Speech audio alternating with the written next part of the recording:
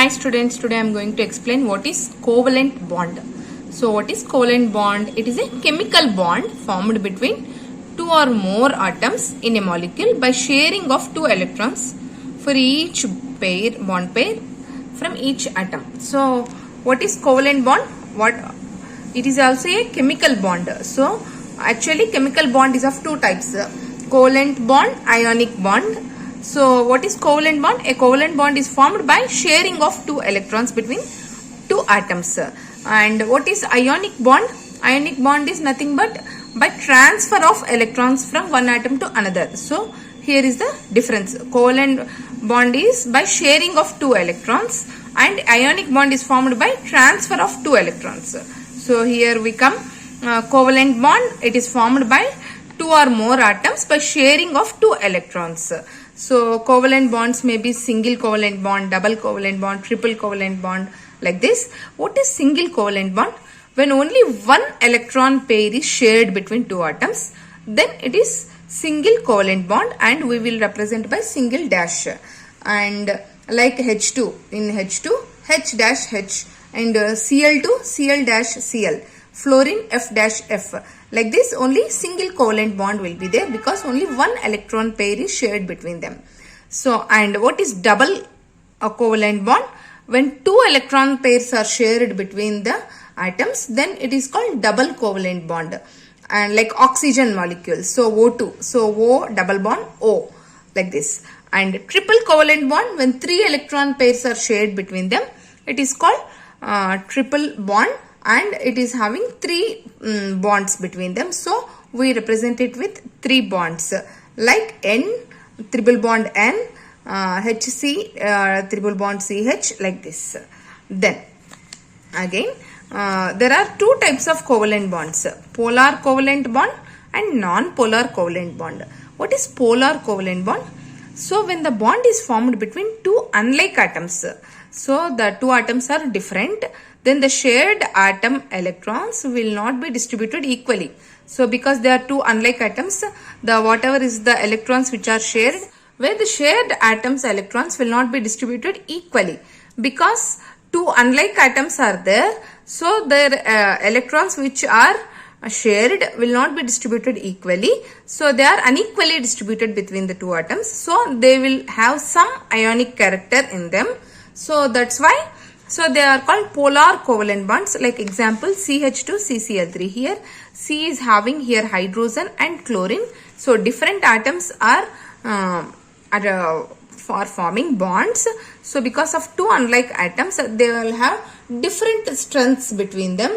So that one will have more strong attraction for electron pair and another may have very weak attraction between them. So that they are not equally distributed. Which is strongly attracted, on that side only it will go. So more attraction will have, so because of more attraction the electron pair so which is shared will go to the more to that, and which is very weak to that very less electron pair is distributed, so that it will create a ionic character in it. So it is a polar covalent bond. And a non-polar covalent bond, it is between two like atoms. So it is also called homopolar covalent bond. So the shared electrons will be distributed equally, like hydrogen, H2, chlorine, Cl2, like this. Next, so what are the characteristics of covalent bonds?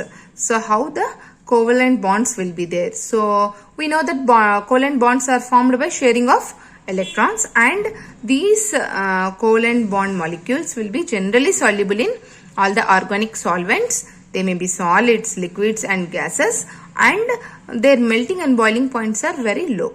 And these covalent compounds are soft and easily fusible and volatile also. And covalent bond is directional. So it have direction, so that so many, because of having direction, so there is a possibility of creating isomers like position isomerism, stereo isomerism is formed in this. So there are different theories to explain these covalent bonds. The first theory, important theory, two theories are there, valency bond theory and molecular orbital theory. Here I am explaining first valency bond theory. So this was first introduced by Hitler and London. So what it states is, so we know that covalent bond is formed between two atoms by sharing of electrons. So covalent bond is formed between two atoms by overlapping of two atomic orbitals. So two atomic orbitals, the outermost orbital which are having valency electrons, these two atomic orbitals will overlap, so that when they overlap the electrons will be shared.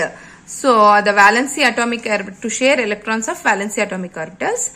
By sharing, because of sharing, it will create some electron pair density. So between these two atoms, some electron pair density will be created.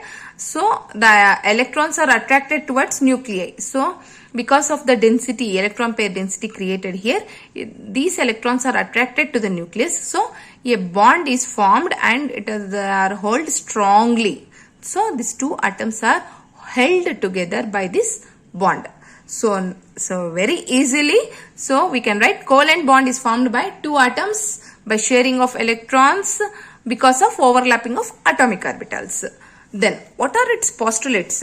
So we know that atoms involved in the covalent bond formation retain their identities. So the two or more atoms which are involving in this covalent bond formation, so they do not lose their identity. They will have their identity. And so covalent bond formed by overlapping of atomic orbitals. We know that atomic orbitals, so outermost orbital, atomic orbital. So by overlapping of this only covalent bond is formed.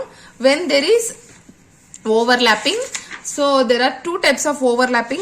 We saw head to head overlapping, because of that sigma bond is formed, and side to side overlapping, because of this pi bond is formed. Then if atomic orbitals have parallel spins, no bond forms. So atomic orbitals should not have parallel spins. If they have parallel spins, then they will not overlap each other, so no bond will be formed. So if they have more than one pair of electrons, then more bonds are formed. I already told, so one electron pair is shared, then single bond, 2 double bond, 3 triple bond, like this. If more than one pair of electrons are shared, then more bonds will be formed. Then electrons which are already paired do not participate in bond formation. If the electrons are already paired, so if there are no valency electrons, how the bond will form? So no bond will be formed. If little energy is enough to unpair that, then in that case covalent bond is formed. And the strength of covalent bond depends on extent of two atomic orbitals overlap. I already told there are overlapping of atomic orbitals by 2. So head to head overlap, formation of sigma bond, and side to side overlap, pi bond. So if the extent of atomic orbitals overlap is more, then the strength will be more. Then what are its limitations? So why it failed? Let's see. So it failed to explain the tetravalency of carbon. So we know that carbon's valency is 4. It can form 4 covalent bonds. So it is not explained, and the energies of electrons are not explained in this, and the assumptions are about the electrons being localized to specific location. So electrons, they thought in this theory, electrons are thought are at specific location. But is the electrons are at specific location or localized? No, they are moving around the atomic orbitals, like how the planets revolve around the sun. We know that. Then it did not explain the formation of coordinate bond. How the coordinate bond is formed, it did not explain. And in metals and intermetallic compounds, how the bond is formed, it did not explain. And even it did not explain the electron deficient compounds also. And it did not explain the geometry of covalent molecules, how the geometry will be there, what bond angle will be there.